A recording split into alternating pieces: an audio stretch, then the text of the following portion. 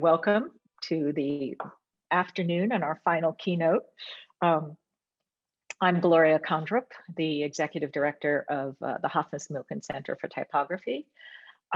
Before I start, I wanted to thank the generous sponsorship from Google and support from Art Center College of Design and the Lowell Milken Family Foundation. Without their support and sponsorship, of course, we couldn't bring you the DETI, whose mantra is effective teaching should be shared, not a secret. And again, the DETI, the purpose of having Design Educators Typography Intensive is to continue the legacy of Professor Leah Hoffmitz Milken, who for over 3 decades left her mark on students and future generations of thinking designer. Okay, so I'm going to make a brief introduction for Dave Crossland as the current lead program manager for Google Fonts. You earned your MA in type design from Reading, where you created Cantarell typeface. I'm really impressed with you being a manager at Google Fonts, but you're also a type designer, so you do understand what we deal with. You're not just an administrator, Dave. And I know you're not. But well, I want you to see behind me. Thank you. These are all from Google Fonts. Okay. They were done in Tyrone Drake's Type 2 class. Well, I'm going to turn it over to you and anyone else. You can read all about Dave, of course, on Google Fonts and his bio on our website. Dave Crossland, welcome, and you are our final keynote speaker. Thank you so much. So yeah, I'm Dave Crossland, and I'm a member of the Google Fonts team. And so I'm sure many of you know Google Fonts. We provide a collection of fonts, to make the web more beautiful, fast, and open through great typography, and by making it available to everyone. And so yeah, just to recap a little bit, of my background, I studied graphic design as an undergraduate degree in London at Ravensbourne College, back when it was down in Chislehurst, not at its current location in the city. And when I was a student, I was attending a lot of events by the St. Bride Library Foundation, it was really my kind of gateway into typography. Studying graphic design, there's a focus on all kinds of different things, and I was really interested in typography specifically. And the events at St. Bride's had a very global focus back then. This is some 15 years ago. And I thought this was a great, image. It's a very early map from the 1500s, upside down. Saying it the right way up, it kind of looks, more familiar. But of course, it's sort of distorting our picture of the world. And the typical map that we see also kind of distorts, our sense of geography. And so, this different projection sort of tries to have a more proportionally correct view of the world. And so it was this kind of these experiences, these lectures I had at the St. Bride Library Foundation about typography, which really opened my eyes to the global nature of typography and how there's so many different writing systems around the world. And so I really kind of fell in love with type design and technology, technology. I really fell in love with it, as typography combines, visual culture, language and linguistics, technology, business, the history, and ultimately, because typography is ubiquitous, that you just see it everywhere. And so, it was something that I've really enjoyed working in for, over the last 15 years as a real focus. And in part, that's thanks to, being lucky to attend the University of Reading, which is, the name of a town in England. And they have a typeface design course. And I know sometimes, we look at my sort of text resume and it looks like I've got a degree in type design from University of Reading, like it's some kind of scam, internet scam degree. But no, it's a real degree. And, we study type design, as a dedicated, higher level education thing. And there's a big dissertation component of that. So in my dissertation, I focused on this idea of free, so-called Libra or open source fonts, and what was happening there. And then, as Gloria mentioned, I designed a typeface called Cantarell, and this was at the point where Android was first coming out. And so I designed this typeface specifically for reading on the the first Android smartphone. It was over 10 years ago now. And so I think the history, I think, is really fascinating in typography. And so this main topic I wanted to present with you today is about variable fonts. And variable fonts kind of has a lot of history to it. So an early variable font is Skier by Matthew Carter, which has actually been released in 1994. And so here you can see you have this type family, and we're going through a lot of different widths and weights, and it's a very fluid technology. And this technology is it's kind of surprising that this was released in 1994. And so Monotype had a great series of blog articles a couple of years ago with some of the history of this. And so they had this great snippet of a newspaper, the font wars. And so unfortunately, there was this technology, over 25 years ago, and it kind of went away. And so it sort of has come back now the last few years. And there was this presentation at the ATIPI conference in Warsaw back in 2016. And here you had, Google, Microsoft, Apple, and Adobe representatives on the stage presenting this new technology. I think that's really kind of what makes it different this time, is that when this kind of technology has been tried in the past, it was coming from a single vendor. And variable fonts is this technology which has sort of been developed by the biggest software platform companies. And I think that leads to it being ubiquitous. And well, this was 2016, and it's now 2021. It's nearly 4.5 years, so it's not quite everywhere, but still, I think we're going to see this technology just become kind of the standard way that typography is done. And so when looking at any new technology, you have to ask, what is the actual benefit? Is this a technology looking for a problem? Is this kind of useless, or is this actually something that's really useful? And so I really see there are 3 benefits to variable fonts: to compress, to express, and to finesse your text. And so I want to sort of dive into those, explain what those are, and then really dive into the finesse aspect, and talk about how that can be useful for branding, and then finally how that is being used in Google's branding today. So this first benefit, compression. So if you go to fonts.google.com today, then you can see we have a little checkbox in the top toolbar. So you can check that box and you'll see only variable fonts. And you can see at this point we had 66, we've got even more since then. And the vast majority of these fonts have a weight axis, which allows you to see the range of weights in a type family. And this can be available as between 2 and 9 different weights, and you can see that as you add each one, it's going to be more and more file size. And with a variable font with a weight axis, you can get all that set of styles for much less file size. And so this is a way in which the technology works as a kind of compression format. And so here's the sort of map of the Roboto family. So this is Roboto as it's available today, and it has a number of styles, and this has been upgraded to be a variable font, and it's available sort of on GitHub. It's not totally available in Google Fonts today, because as our most popular font, we have to be very careful about the way that we roll out updates. But this is something that is available for kind of early access if you're really interested. And the way that this works is you have these extreme styles of weight and width, and then as a variable font you get the infill, so you get everything in between those for the same kind of file size cost.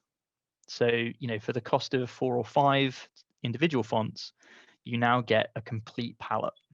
And so this compression is more dramatic the more that you the more styles that you use. If you're just using 3 styles, here, you can sort of see that it's not such a big difference. But when you start to use lots of styles, it becomes a huge difference. And in fact, the need for compression can be very strong. A lot of developers, digital typographers, may only use a certain number of limited styles because the file size impact, the latency, could be too much. And so while this doesn't necessarily unlock kind of new styles, potentially it can allow you to use more styles than you would have before with the same kind of file size budget. Okay, so now the second benefit is the expression benefit. And so with variable fonts, even with just a weight axis, there is a little bit of expression to be had here, as I was saying. So here we have the Hepta slab family, and you can see that its weight range is actually going from 1 to 900, and it can even go from 1 to 1000. And so what that looks is, you can have a very extreme weight, and then this would be typically the lightest weight that you would have before variable fonts, and now it can become even lighter. So yeah, that's sort of a way in which the weight axis can be expressive. But the real power of expression for variable fonts is, with its own kind of special axis, the potential for custom axes specific to a font. So here we go back to the announcement in 2016, and on the slide there was David Burlow at Font Bureau. And so I've been very lucky to be working with David the last few years. And we commissioned 2 typefaces from David back then in the end of 2016. And the first one was Decovar. And so Decovar has a lot of different styles within it. And, you would think that these were, all 6 different fonts. But in fact, they are a single variable font. And so, yeah, there's a great website, Axis Praxis, where you can go and browse, dozens of different variable fonts. And so you can see here, you've got all of these different axes that you can play with. The reason that this is possible is that the earlier technologies, there was a popular one called Adobe's multiple master technology. And this model was that you would have those kind of corner extremes and fill in from there. And again, Monotype had this, great article, and they have these great illustrations of explaining this. And then there was this other technology back in the 90s from Apple called TrueType GX. And this model was different. In this model, you start from the center, and then your axes go out from there.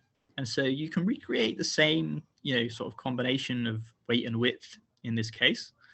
But the model is, fundamentally different, that you're not going with corners, you're going with sort of edges. And this allows you to combine those edges. So you can see here, this is sort of a little bit mathy, but you can sort of see the green arrow, the blue arrow, sort of direction A, direction B. And you can see the way that you can combine A and B together. And so that's really, what Decovar is doing. That we're able to have, different kinds of terminals shapes, different kind of stroke shapes, and we're able to combine them in different ways. So you can see, that there's a rounding terminal, and then you can see there's a slab serif terminal, and then that can produce a rounded slab. So this possibility of blending things is very powerful.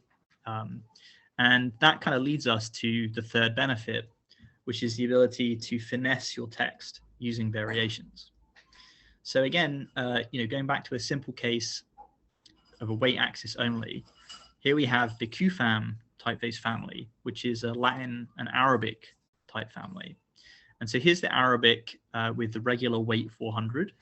And you can see the weight goes from 400 to 900. And so at the heaviest weight, the text has actually become, a little bit wider in proportion, and you can see that's created a line break here. And so, maybe for a headline, you don't need the full maximum weight. You need something which is, maybe a kind of semi-bold weight. And by just, adjusting that semi-bold by 1 step, it's gonna, bring the text a little bit narrower and fit it back onto 1 line. So this kind of ability to, you know, finesse your typography, to finesse the weight of your headline with, you know, the sort of copy fitting aims that you might have, I think is very powerful. And this ability to automate typography, you know, to have a little program that says you can adjust the weight by, you know, 5% in the headline to try and see if it will fit, is something that's very powerful. And so the sort of most powerful aspect of this is this axis called optical size. And so I really want to spend some time diving into this and sort of, you know, show you, you know, what this means and what it looks like. So I said we commissioned 2 typefaces from David Berlow back in 2016. And the second one was Amstelvár, which I'm showing here in its original form. And so this is the sort of default Amstelvár design. And it has some different variations for different sizes. So this is the smallest size design, and this is the largest size design. And you can see real changes in the proportions here. So there are those 3 designs together, you know, scaled to the same size. So you can sort of compare that and see the differences. And then here again, you know, is the different designs, but rather than the default design, the minimum and the maximum, we can now see some of the intermediate designs, which are interpolated, all scaled to the same, you know, size 60 point. And so this animation that was developed by Peter van Blokland, you know, with David Berlow, sort of tries to show interactively what's happening to those letter forms. The optical size is changing on the top, and on the bottom, you can see the size isn't changing. And so you can see the way in which, you know, these adjustments are being made, but they're being made in a subtle way when they're being made at the size they're intended to be seen at. Okay, so now I want to take a little bit of a step back, having introduced and shown you, you know, exactly what optical size looks like, and talk a little bit about, you know, why these changes are being made. And it has to do with, you know, the way that, you know, human perception works. You know, the way that we read involves our physiology, and then, you know, in our brain, what's happening with the way that we process those visual perceptions. And yeah, there's something kind of strange happening, the way that people see things. And so optical illusions like this can kind of show off, you know, some of these kind of strange things that happen in our neurology and physiology. So here, you know, if you move your eyes around, this image sort of appears to shift around. It's kind of creepy. And this can really be used. You know, this can be something very practical. So here we have, you know, some lettering that was done by Victor Moscoso, and that was presented by James Evanson at the Letter Archive a few years ago. And so, yeah, this is sort of principle that, you know, we have these weird kind of bugs in our optics, on our vision, and these can be used, you know, very, very in a utilitarian way in design. So another thing related to this is, you know, what is size? And, you know, every day we think of, you know, typography, we think of size in points typically. But there's also this kind of more kind of physics idea of size being measured in what they call arc minutes. So what does that mean? Well, you know, rarely is it that we have our viewing distance fixed. In fact, you know, when we're looking at things, they're at different distances to us, and that affects, you know, their apparent size. So, you know, something which is just in front of us very close appears very big, something very far away appears very small.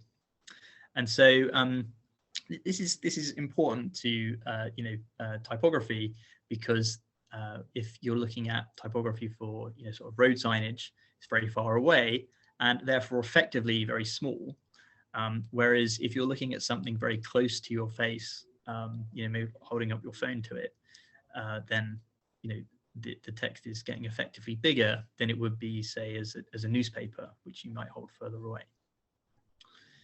So typography is generally specified in points, but when we're talking about changing a typeface in response to its size, we have to keep in mind that size can be sort of dependent on the context of use. And then there are these kinds of optical illusions which really affect the way that we see type forms. So depending on the context of a shape, it can look different. So the same length of a line can look different depending on what's around it, and the same shapes can seem different sizes. Straight lines can look crooked, and they even can look kind of bent by what's around them. And so in this way, when we're looking at text, when we're reading, the letter forms can sort of interfere with themselves, if you will. And it's not just about the letter forms itself, it's about the letter forms along the line in the context of other letters. And so there was this great image that was presented at a conference a few years ago by John Hudson. And here, you can see that there are these repeated bands of black and white, and the spatial variation is affecting the way in which you see the contrast. So you can see along the bottom of this image, where the contrast is highest, that there's a kind of hump in the middle left of the image. That the lines of black and white sort of seem to rise up further in the sort of left third of the image, where at the top the contrast is lowest, is kind of all gray at the very top of the image. And each of us individually will actually see a very slightly different hump position in this image to do with our own neurology.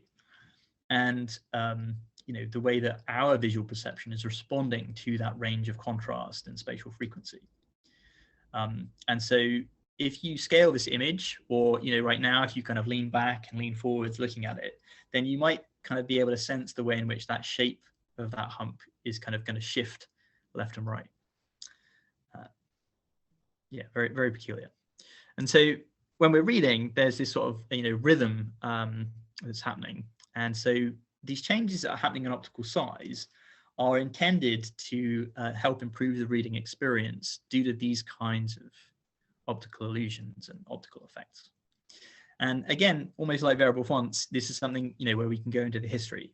So in the web standards for the way that fonts are handled on the web, there's this great image, and it shows the typeface Century Expanded, which was published in 1900 by the American type founders.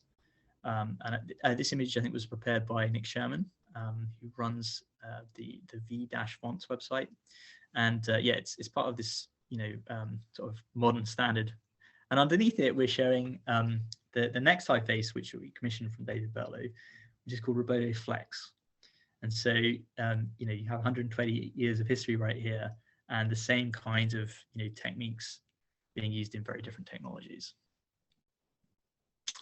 Okay, so it's this idea of optical size, being able to adjust the letter forms in response to the situation, has some relevance, for branding design, which is the theme of the conference this weekend. And so in the last few years, many brands have rebranded, and obviously Google rebranded 5 years ago. More recently, Intel rebranded. A lot of brands have done this kind of move towards low contrast sans serif type families for their brand identity. So along with commissioning these typefaces from David Berlow and Font Bureau, I also commissioned from him sort of almost like a textbook to explain some of his ideas about how these typefaces can be used. And so on variablefonts.typenetwork.com, he has this example of a fictitious Alamino P company, and the way in which they would be using a high contrast serif face like Amstelbar. And you can see that as that design is scaled down without any optical sizing adjustments, it sort of starts to break up. The thin hair lines are having trouble clearly rendering at that size.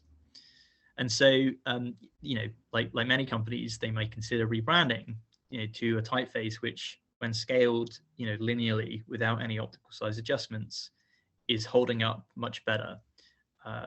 And this new technology of optical size potentially allows companies like that to retain the kind of high contrast serif designs by having those serifs, beef up and become thicker at smaller sizes, so that the brand, is continuing to be maintained in a more resilient way.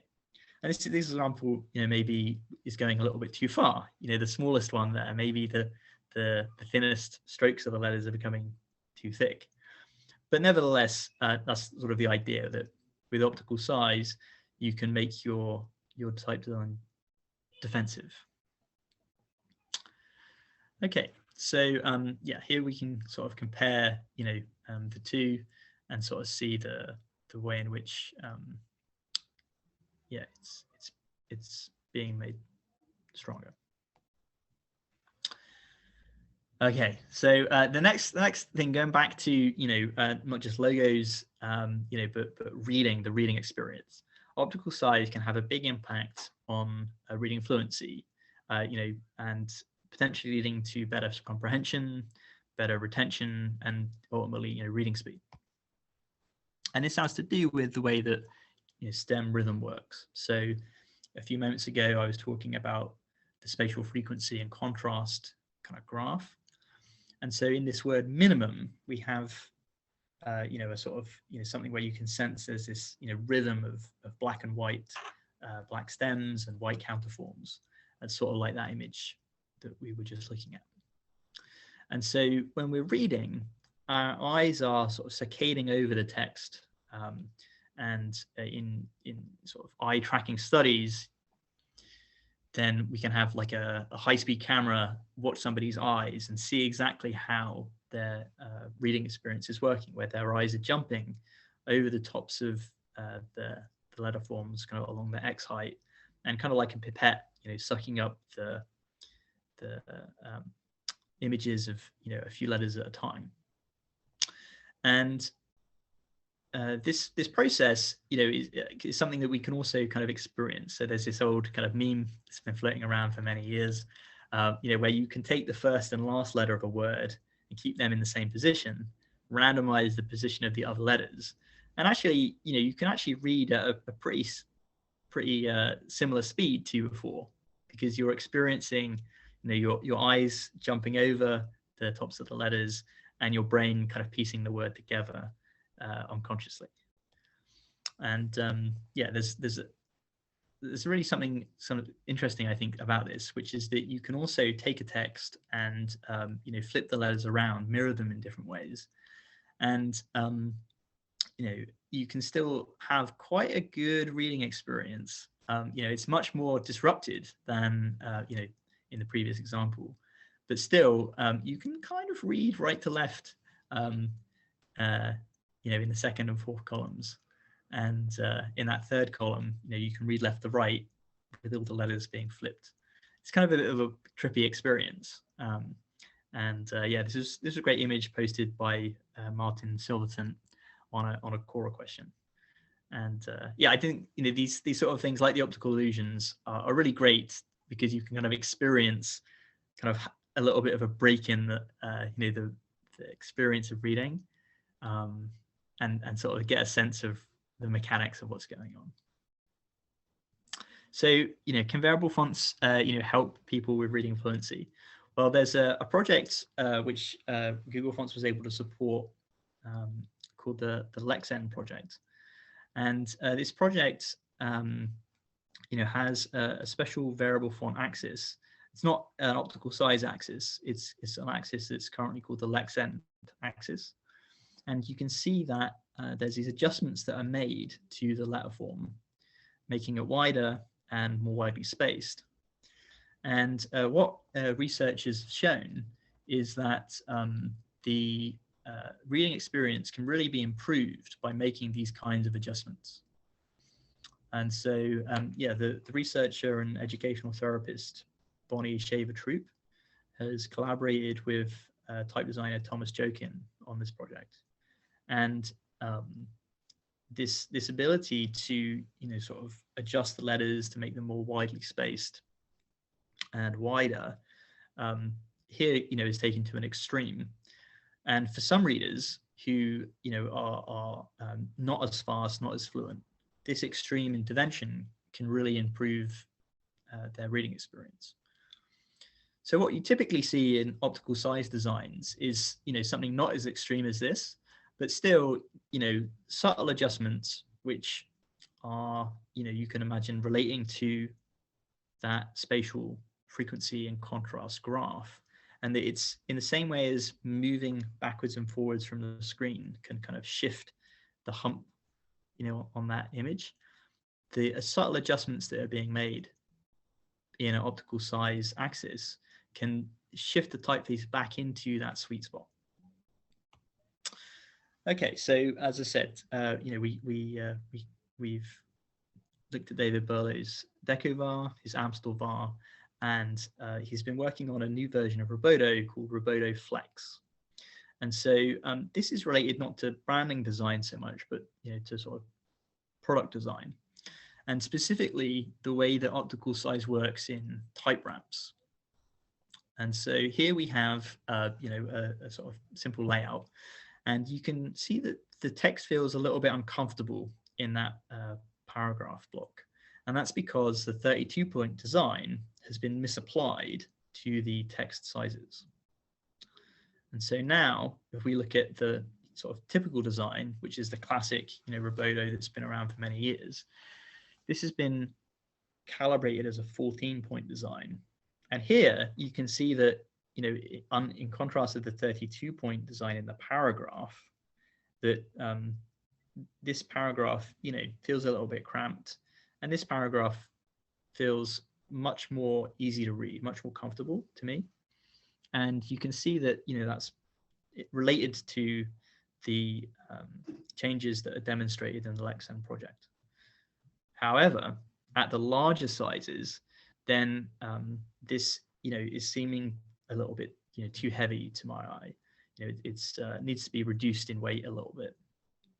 And so in the material design typography guidelines, the use of the classical Roboto is to use the lightweight at that large size to kind of approximate that kind of finesse of the headline.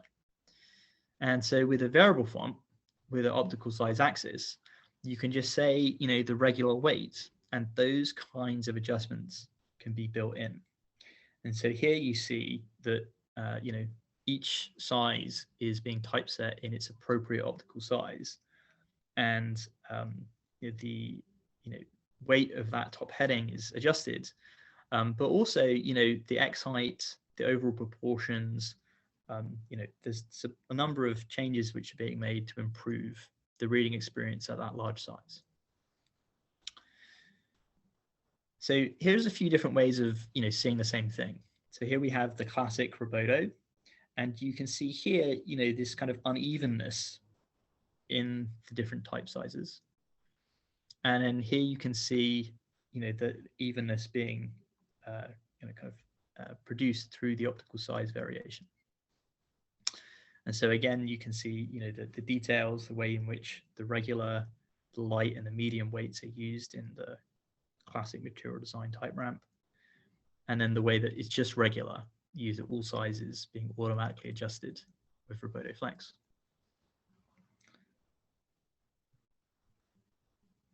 And this is all happening with just the regular.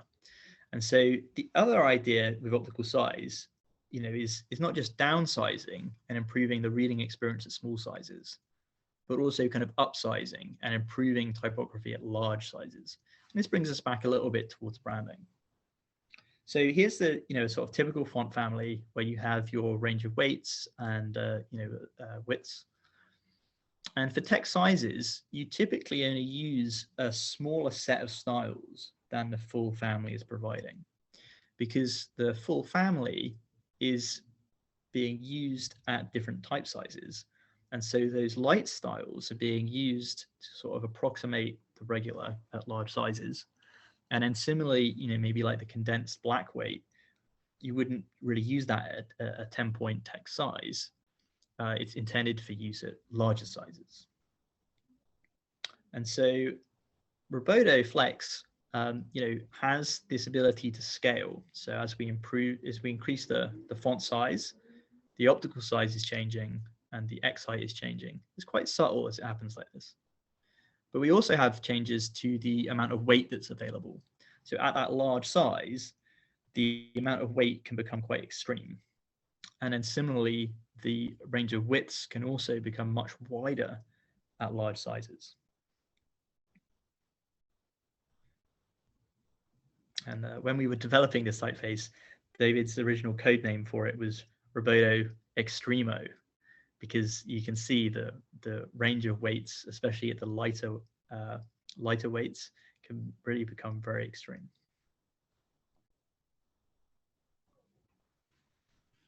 Okay, so with this range of larger, this greater range of weights and widths at large sizes, then you can really do, I think, much more impactful and powerful typography. So this way of thinking about the range is something which I sort of call the upside down pyramid. And DJR has this typeface Roslindale with a range of optical sizes, and he published this great illustration sort of showing this idea that at the top of the size you have a much bigger range of weight and width, and as you come down in size that range gets smaller, and then ultimately in his family at the smaller size there is no variation in width.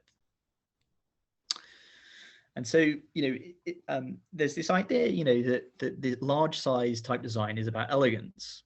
And there's a paper by Kevin Larson, that sort of proposed this initially. And David Berlow's idea is that size-specific adjustments for larger sizes are, in fact, legibility optimizations as well. So you might be asking, where can you play with such fonts? Well, there's a web page that's a little bit unknown. It's on the Google Fonts catalog. It's listed in our developer documentation on our about page, but a lot of people haven't seen it. And if you go to fonts.google.com/variablefonts, then there's a list of fonts you can play with. And there's also this tool that David Berlow and his team at Type Network produced at typetools.typenetwork.com. And so if you have a variable font, you can drag and drop it into this web page, and then you can play around with the sliders. And there's a little checkbox that allows you to say, if you want that optical size to mirror the actual point size, or if you want to sort of untangle them and adjust them independently. So yeah, if you go to fonts.google.com/variablefonts, you have this table. You can filter by axes, and so you can select the optical size axis and see the families we have with the optical size axis. And one in particular that I want to highlight is Literata. Literata is a type family we commissioned for the Play Books app from the Foundry Type Together. And this now has also got a range of optical sizes. And they have this great demo webpage where you can sort of see the way in which it can be used for headlines, deck, and copy sizes, and the way in which it can have the weight adjusted slightly to improve the experience in dark mode. And then you can also see the way in which they have this sort of upside down pyramid going on, where at the largest sizes, they have a greater range of weights, and at the smaller sizes, the range of weights is narrower. And so one of the really powerful things about all this is that there's this CSS property on the web called font optical sizing, and its default value is auto. So when you use a font which has an optical size axis, the browser is going to automatically try and apply the appropriate size. And in this is this kind of automation, which I think is really, really powerful. Okay, so finally wrapping up, we're going to look at Google's branding typography quickly. And so Google rebranded a few years ago with a new logo, And there was a new typeface called Product Sans used for the product lockups. So you see Google product name, the product name is typeset in this type family, Product Sans. And a few years later, we've developed another type family called Google Sans, which is closely related to Product Sans, but there are some subtle differences. So you can see here, a headline and some sort of deck copy in Product Sans. And again, it may be a little bit uncomfortable to read at that smaller size. So Google Sans has been developed, and I'll toggle back to pin 2 so you can sort of compare. Google Sans has been developed to sort of show the way in which the reading experience has been improved, at these sort of more medium sizes. And so it's a type family with 3 weights, and of course, complementary italics. But these, weights, this design is for more this kind of medium deck sizes. And so in 2020, there's been a fourth, typeface, Google Sans Text. And this has been designed, as a variable font along an optical size axis.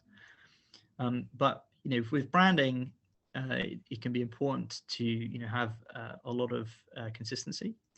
With that kind of P company example, I was saying like the smaller size maybe is going too far, the serifs are becoming too thick. And so, the optical size here is sort of, a step function. And there's also, the fact that variable fonts, while being around for over 4 years now, is still in some ways, an emerging technology. Not every system supports variable fonts yet. And so Google Sans and Google Sans Text are these sort of 2 type families in a classical sense. And they're available as an optical size axis and as in a variable font for systems that can take advantage of that. So this is now, sort of the reading experience. This is a screenshot of the design.google webpage. And you can sort of see there are these subtle adjustments that have been made to the typeface. So I want to zoom in a little bit and look at some of those.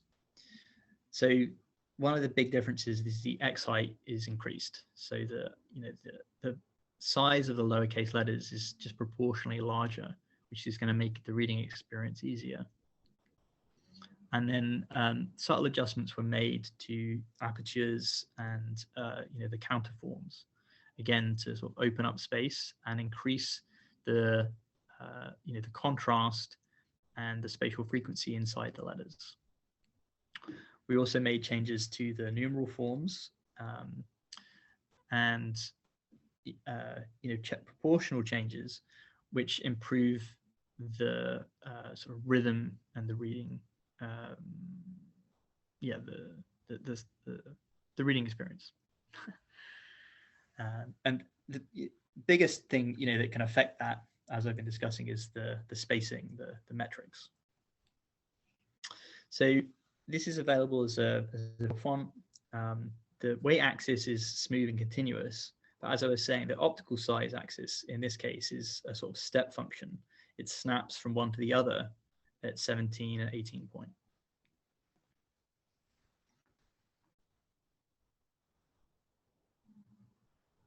And with a weight axis, there's now the semi-bold weight is now available. So before variable fonts, there was a regular, medium, and bold, and now there's the semi-bold in there too.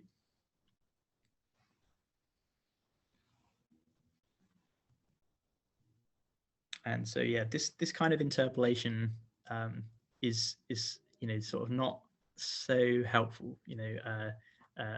For the branding, we don't want these intermediate designs.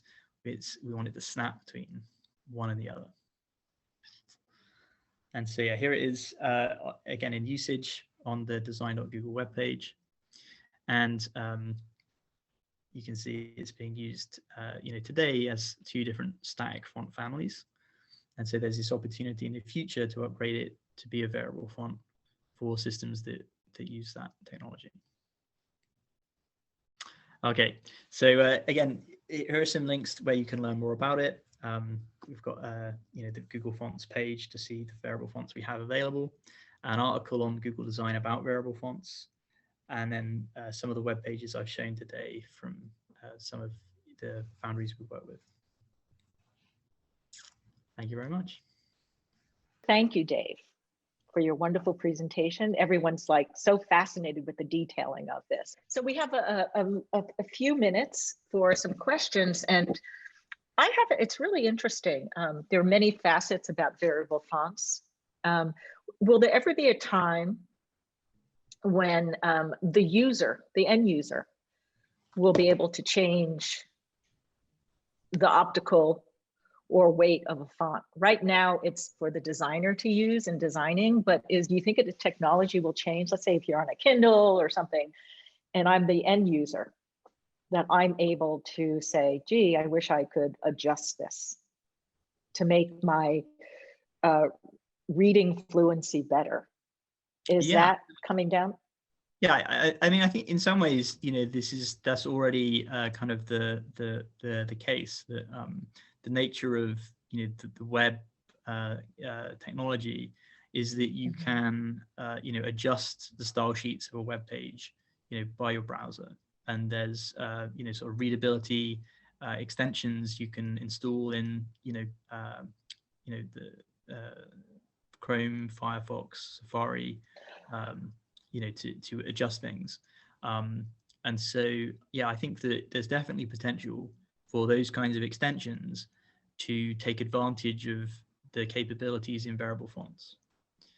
Yeah, but I mean, outside of those of us who know how to probably work with technology, but to actually make it a little bit seamless. Like, if someone's going to read a book who's not a designer, who doesn't know anything about typography, all of a sudden can say, hey, I think that's the next level, where I want to make this more legible for me. And built into the, it's kind of an interesting concept that it'll be seamless. It'll be, Yeah, I would say that today what we see is a lot of those reading experience applications have preferences, so you can change things, but there's no guidance as to which set of preferences would be best for you. Right. And so I think that's an opportunity, that you could have some kind of kind of quiz, where you would see different options and say, I prefer this, I prefer that, and then maybe get some kind of preference that you could take to different applications and say, these are my preferences. Well, I think it was really interesting, and people are asking, about, and I think you've answered the question, a lot of designing a word mark, how can we apply this technology to make the word mark readable and legible when at different sizes, from very small to large IPO banner sizes. I mean, actually, you answered that in the demonstration in terms of, I think, maintaining the balance of a letter form when it increases and decreases in size. I know before variable fonts, you had to specify, and you agree with me, if you're working with a word mark, you had to say this is what you use when it's X size, and this is what you use when it's below this point size. I think variable fonts, it's the same thing. You specify this is what it's used when it's this large. I find it and I hope that answers the question. It's still tackling the same issue. The variable font maybe makes it a lot easier and keeps the consistency of the original letter form and the consistency of the white space around each letter form. What I find interesting though, and this is something I'm not quite sure, typography, especially text typography on a page, it's always been about the color of the page. And in some of the examples, what variable fonts do is it alters the color of, let's say, full pages of type. If you always say, well, I want to maintain a certain weight, you're really controlling the color of the page. I'm not quite sure, Dave. It's an interesting concept. You can increase a monochromatic color on the page, whether it's digital or in print, right? You don't have to say, well, I'm using this smaller type, So the type is now going to create a lighter color. You could change that now. Absolutely, yeah. I think, that in some ways, what we're showing here is stuff that has always been possible, but in a much more manual way, and often in a less accurate or fluid way.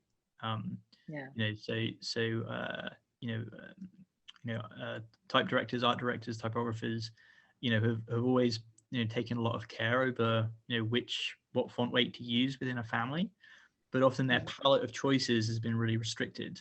For those who don't have the training or the eye, then there's this possibility of automation of this. So you can imagine that we have these accessibility guidelines for contrast ratios, right? That we know that we need to have, you can't put red text on blue background, right? Because it's right. Or as we have here, how small can you go with reversed, white type on black without losing the letter forms? I mean, it's, the exercise of making those choices, then sort of as students, you start to go, well, I really want this to be 7-point type. And if I just use the font in the family without it being a variable, I have to accept the weight of the type. But you can tweak it now with variable fonts to say, if I only had a little bit more weight without ruining the letter form, it'll be legible at the size that I want it to work. I mean, it's kind of, it's an interesting dilemma, I think, for learning, the basics of typography, and typography in relationship to choices, especially now with variable, you can say, well, I can make it a little more legible just by adjusting. That's right. One of the apps which has the best support for variable fonts for doing design is the Sketch app. Which one? The Sketch app. Oh, yeah, really? Okay. I think that, for educators, there's a sort of an interesting kind of paradox here, where in some ways, variable fonts is this new technology that can seem very complex. But on the other hand, I do kind of see there's a potential that if you're introducing people to typography the first time with variable fonts, it may actually simplify things, because you have these direct controls over the weight and width, and you sort of don't have to explain these bigger concepts, and then the kind of workarounds that people would use, right. You should use the lighter weight at headline size. Right.